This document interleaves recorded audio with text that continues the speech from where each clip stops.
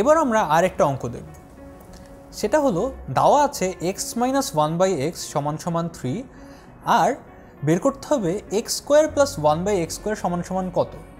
দেখো দেখলে তো কত বিদঘুটে মনে হচ্ছে, তাই না, যে এখান থেকে এটা কিভাবে বের করব আমরা।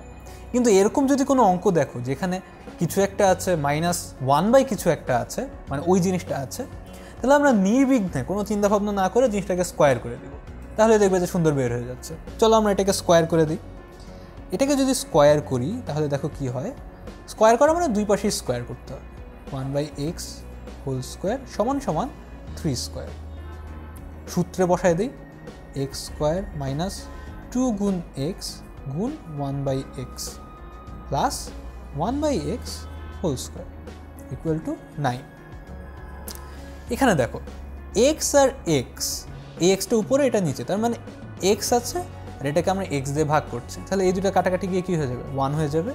তাহলে দেখো এখন আমরা বসাই x² - 2 গুণ 1 = 2 প্লাস 1/x² = 9। তাহলে x² + 1/x² এই পাশে আসলে যোগ হয়ে যাবে +2। সুতরাং x² + 1/x² = 11। তাহলে দেখতে পাচ্ছ আমরা এখানে কোন সূত্র ব্যবহার করলাম, a + b না, a - b² = a² - 2ab + b²। এই সূত্রটা ব্যবহার করে এখান থেকে x² + 1/x² বের করে ফেললাম।